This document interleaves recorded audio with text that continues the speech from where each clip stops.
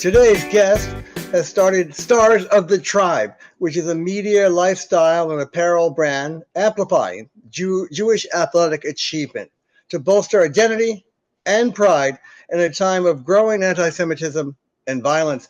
The mission of Stars of the Tribe is to spark a cultural movement by celebrating current and classic Jewish sports champions that challenge stereotypes. Please welcome the man who started starsofthetribe.com. It's on Instagram, TikTok. Les Bierman, who used to have my name, Bierman, but he changed it. So Adam, it is a pleasure to be with you. As my wife tells me, Jordan, what is your day job? Is it Stars of the Tribe and championing the Jewish people, or Jordan, is it your day job? And I say yes to all of these things. But you're like the Terminator, Kanamago, whatever it's called, Brazilian Jiu-Jitsu, Jewish Jiu-Jitsu. You're single-handedly starting Stars of the Tribe. You're wearing the shirt. You're selling the shirt. You're working with other companies. Some people have called you the Jewish Joe Rogan. Is that a good moniker for you? So I am a Joe Rogan fan. I don't necessarily subscribe to everything he's dishing out. But the fact of the matter is, I'm from a family of tough Jews. I'm 6'1", 210, and I'm the smallest member of the Bierman family. So we are the bear. We've been called Bearmen. My dad was 6'3". My younger brother is 6'5". My older brother is 6'2". My uncle was 6'7". So we've always been big guys. I've always played sports. I'm a blue belt in Brazilian Jiu-Jitsu. So I'm a very physical guy. And that sometimes seems to play against the popular stereotypes of what a nice Jewish boy is. So, when people compare me to like a Jewish Joe Rogan, I say, listen, my nickname is technically the Bear Jew. It is my on TikTok, I'm Jordan Bear Jew. Yes. We're big people, we're bear men. Honestly, I have more than enough body hair to go around, so I definitely got a manscape before Speedo season. But I think ultimately when people think of what is a Jew, my job is to make sure that they are thinking of tough Jews, because we are living in tough times, and especially our young people need to understand that there is this grit, there is this indomitable spirit. So when you are a Jew, you're like the David Goggins of the world's people. Like we are tough as nails. We have fortitude. So that's kind of that's what I'm all about. Mm-hmm. So do people like what was the inspiration and how is the message spreading? And collaboration too. Yeah, it was interesting, Adam. In 2022 in October, there was some anti-Semitism bubbling up from the sports world and music world. So obviously Kanye West, and then Kyrie Irving. And I've got two sons, and these people are icons for them. So it was heartbreaking to see that. The next month, I meet the largest Jew I've ever met, and I've already told you I'm 6'1", 210, all right, 212. And I meet Danny Shays. Danny Shays, who, by the way, we've nicknamed Jewzilla, is 7 feet tall, played 18 seasons in the NBA. I'm talking posting up Shaq, Patrick Ewing, Hakeem Olajuwon, all the big men. And not only is Danny Jewzilla Shays this legendary figure who played 18 seasons, he was All-American, all-academic All-American at Syracuse, still holds the rebound record of 23 rebounds in the Carrier Dome, which he opened, by the way. First-round draft pick by the Utah Jazz in 1981, all-Big East team. His dad is Dolph Shays, the greatest Jewish basketball player in history, who's generally known as the LeBron James or Michael Jordan of the 50s. 6'8", 12-time All-Star, 1955 world champion with the Syracuse Nationals, who then moved to Philadelphia to become the Sixers, where he not only played, but then he was a player coach and coached Wilt Chamberlain. So I actually met Danny at the statue unveiling for the Sixers Legends Walk, which, if you know, the Sixers are headquartered in Camden, New Jersey, across the river from Philadelphia. So they've got this Legends Walk. And when I'm there thinking, wait a second, I didn't know Jews bald. And Danny, who's a professor of basketball, brilliant man, is like, Jordan, the first basket in NBA history was scored by Ossie Schechtman of the New York Knicks. Basketball was a Jewish game. And that's why you see Red Auerbach, arguably the greatest coach in NBA history, Adam Silver, all these incredible figures in the world of basketball have these Jewish roots. Right. And sport is how we became Americans. So when I met Danny, I go, man, I don't think my boys understand the legacy of Jewish athleticism. But Adam, it's not just a thing of the past. I think a lot of baby boomers tend to publish books. I mean, and they publish books, like this. So I bring this book home for my boys, and they go, "We're not reading that." There's a guy named Mark Spitz, and he looks I like. didn't know who Mark Spitz was. Oh my Well, God. here's the thing. They recognize the mustache because they go, was this guy in is he like a 1970s porn star? I Yeah, said, Henry Reams could be. Yeah. I said, listen, very funny. And what I realized two things. Number one, if you're Gen Z or Gen Y or millennials or Gen X like me, we're all watching short form video. Now, when you go on YouTube and you do a search for Jewish sports or Jewish athletes, you know what you get? 2 of the top 4 results are jokes that Jews are not athletic, including that famous scene from Airplane where the stewardess walks down the aisle, says, "Hey, would you like some reading?" This older woman says, "Do you have anything light?" She goes, "How about this leaflet on Jewish sports legends?"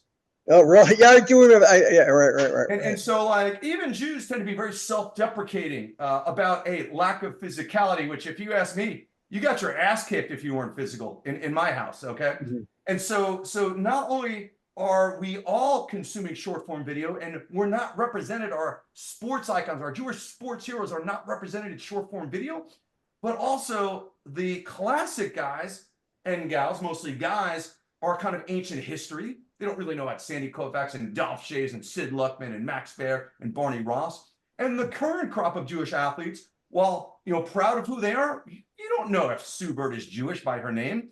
How would you know that Jack Hughes's mother is Ellen Weinberg Hughes? How would you know that Jock Peterson is Jewish? Professional athletes don't necessarily wear their religion and their ethnicity and culture on their sleeve. And so what we're doing with Stories of the Tribe is we're kind of getting our Jewish sports icons kind of in the game and connecting them with the Jewish community through video content. We're producing 60-second videos with the leagues. So we're licensing game footage rather than, let's just download some content from YouTube. No, we want to work with the league. So we're actually paying for that content. And then we're creating apparel, because I asked my boys, I go, "Boys, do you have anything cool to wear that's Jewish?" They go, "Dad, it's not really cool to be Jewish these days.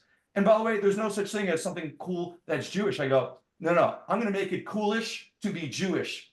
And so one of the things we've done, we said, you know what?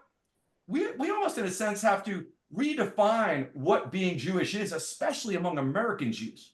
There are so many incredible Jewish Americans in every profession. But we, in this kind of recent age where, hey, if you're accomplished, if you've achieved, it's almost seen as an embarrassment. Maybe you're an oppressor. Maybe you have some kind of privilege. Though the privilege you have is an incredible culture that's focused on reading, on achievement, on family, on principles of truth. That's our privilege. So when I think about how do I make it cool to be Jewish and unapologetically Jewish, we said, you know what? I was touring colleges with one of my sons. We see USC, they've got the Trojan. We go to Michigan State, a giant wall of Spartan stuff. I go, we need a mascot. And so who is the greatest Jew who's ever lived? Now, if you're a Christian, you might say Jesus. The rest of us would say Moses. So we have created a Jewish mascot, and he's Moses. And we have him playing every sport. So not only basketball, Air Moses, but imagine him kicking a soccer ball that says, "Let my people go." Oh, yes, I love that. By the way, which is a riff on the famous Argentinian sportscaster. Andres Cantor is an Argentinian Jew, right? That's right. The voice of Messi and the Argentinian football team that won the World Cup. So Jews, we are passionate about sports. For American Jews, it's how we became Americans. And this idea of, man, how do we allow people to not only watch our legacy, but wear our legacy? I'm like, you know what? How about we say their names? How about we say the names of Jews from every era? So let me see if I know that. Sandy Koufax baseball, Hank Greenberg baseball, Shays basketball, Sid Luckman T formation quarterback out of Columbia, Chicago Bears. Mark Smith, 7 gold medals. Adam Goldberg. So first of all, it could be Bill Goldberg, who Oh, is okay. the Atlanta Falcons enforcer for Deion Sanders, and of course the WCW and WWE professional wrestler, but Right. also Marshall Goldberg, an Oh, incredible football player. Pittsburgh Panthers, All-American. Julian Edelman, Brody. Oh, Sue Bird, whose actually real name is Bustank or something. Right. Borda. So Tal Brody is the Michael Jordan of Israel. He grew up miles from me in Trenton, New Jersey, and you went to Trenton High School, where they still have retired his number. He has a scholarship in Trenton, New Jersey, which is primarily a black high school now. And Tal Brody played basketball at the University of Illinois, where he got a scholarship. He was drafted by the Knicks and said, you know what? I'm going to play for Israel. Tal Brody did not go to the NBA, went to Israel, became the centerpiece of the first European World Championship basketball team from Israel that not only beat the Soviet Union, but beat the Milan team from Italy. And so when Tal Brody was interviewed after this incredible upset, like you think of, the Miracle on Ice, right? The 1984 U.S. Olympic hockey team that won at Lake Placid, beat the Russians. Tal Brody says, Israel is on the map, not just for basketball, but Israel is on the map for everything. Tal Brody is a legend in Israel, and his hometown is literally in Trenton, New Jersey. I didn't know that. Go Jersey, or as I call it, go Jersey. So they beat the Soviet Union when they had the Lithuanians and all the other bloc countries. That was like a pro team. Those teams could beat NBA teams, and Israel beat them. Wow, it was a Cinderella story. It literally was the David versus the Goliath. Which is a Jewish story, right? Right. So we can back up. You seem entrepreneur. You seem completely so spirited. And I think, what are you trying to do with this besides Jewish Pride and everything? You want to collaborate. You want to get more people involved. You want to give them incentives to get involved. And I'm like NIL working in all this too. This is at its core so personal to me. I have 2 teenage sons. When they walk out of the door, they need to be proud Jewish men.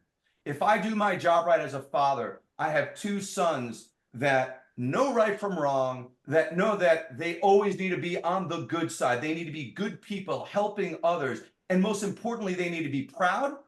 And in a time and an era when Jews, who are so supportive of every marginalized group, find themselves alone when the world shrugs at a massacre in Israel. I just came back from the Nova exhibition, the music festival memorial to 360 people that were butchered and murdered and desecrated by battalions of Hamas soldiers, 3,000 plus. And the world shrugs their shoulders. And it's funny, I had a couple of my black friends had reached out to me after October 7th. And I go, guys, this ain't a 9/11. This is like, 100 Emmett Tills.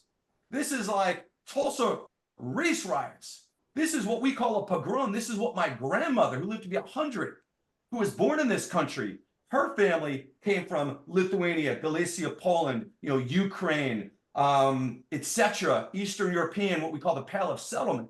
So I said, this is a pogrom. Okay, why? Because they are Jews. This is a war about fanaticism. Now, put that aside. I launched Stars of the Tribe 1 month after October 7th. I had been building it after I met Danny Shays in November 2022. So here I am building this thing and saying I'm going to partner with the leagues to license game footage to get